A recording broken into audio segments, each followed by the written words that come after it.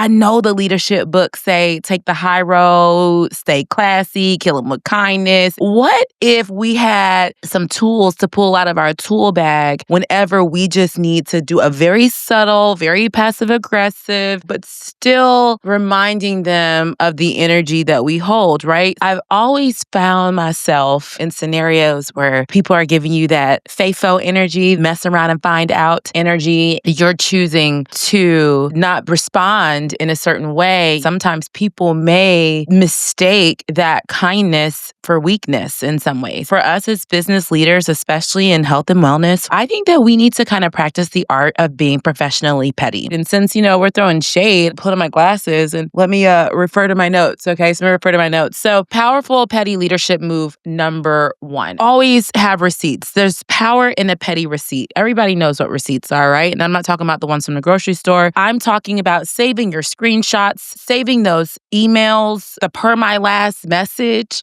type of energy. Slightly petty, but always prepared and always like covering yourself. Number 2 is the power of the desired outcome check-in. I've done this with my kids. It works wonders. I love this one because it's like this reverse accountability. You're going back and forth and the message just ain't landing. It ain't hitting like it should. You hit them with the desired outcome check-in. When someone's being messy or unclear, here's what you do. You do stop everything. Stop everything. Ask them, okay, friend, tell me this. What is your most desired outcome here? You make it crystal clear. You're kind of like putting the mirror up to their face, just a tinge. Let's work on that because I'm wasting my breath talking to you and I don't want to continue to go down this path. Number 3 is boundaries and using really, really cute intro and outro salutations to continue to affirm those boundaries. Sometimes it may be like a hi, John, or if you're especially petty that day, it may be a hi, sweetie.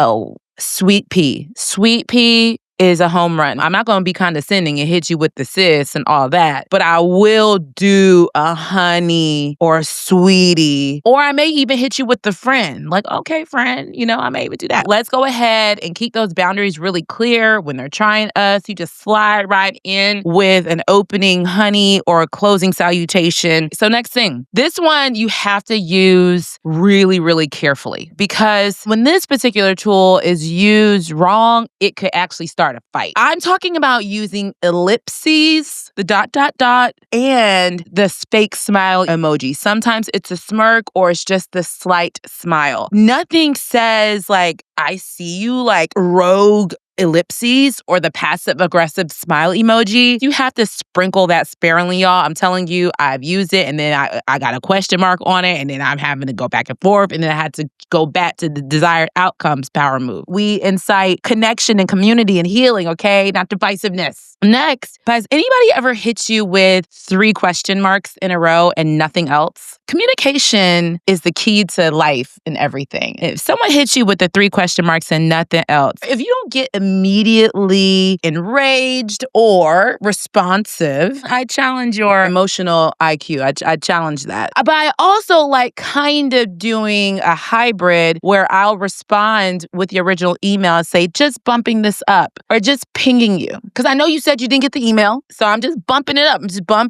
And if I don't hear from you, I'm going to respond with only 3 question marks. Now, that's not something that I would do. When I haven't spoken to a friend in a while and they just give an exclamation point or a question mark at our last interaction, which was like a week ago, and I was supposed to respond. I've been on the receiving end of that, and I can't tell you that it feels great. But did I respond and do what I need to do? Yes. Did it start an argument? Did I lose a friend? No, not at all. Not at all. Ooh, guys, hot one. Number 6, the fake naive task audit. Now, for me as a boss, I know you've done this.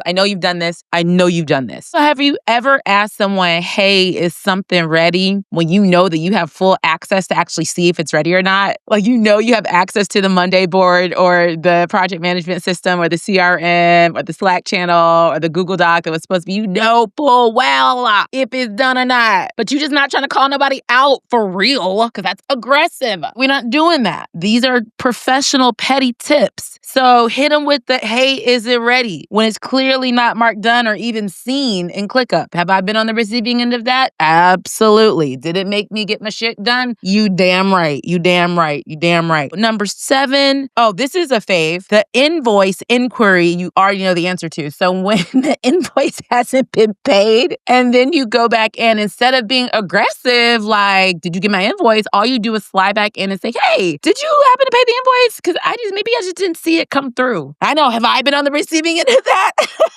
Yes. Let's just, be friendly so we can get what? Let's go back to number 2, our most desired outcome. These are power moves. Sorry for yelling. Number 8. This one is the disappearing voice memo. Oh, dear God. I've been victim of it. And because I'm not tech savvy and quick enough to do it myself, I haven't done it, but it is on my list. When you got something to say and you're not trying to text it, you just need them to hear it and be done with it, send them a voice memo and don't allow them to keep it and make sure it expires. That is next level petty leadership. Lean into it. Own it. Like you said it, but you're not giving receipts, which is power move number 1. Number 9, loop in the money person. If that team is acting up, you over here trying to support the team, you loop in the person that pays the bills. You over here in a leadership role and people out here acting up, loop us in. Don't even tell nobody. Just put it in the CC. Passive aggressive is BCC. The last power move I'm going to give you is when you are felt where your throat chakra and your chest, your solar plexus and your root are feeling like something is not arriving because you want to respond a certain way or you're feeling like you're being challenged. Here's what I want you to do. I want you to send an email and I want you to say, thank you for your feedback. That breaks the energetic frustration right there. You receive it. That's the power play. Always appreciate the feedback, even when you're going to block them on Instagram and on your phone 5 minutes from now. Thank you for sending me a message outlining all the things that you think are incorrect. Oh my God, I received that. And then you get on with whatever you're going to say, right? So I ran through all that. You can go to the show notes and you can find it, but please don't ever let someone weaponize your kindness against you. Being a great leader does not mean being a pushover. It just means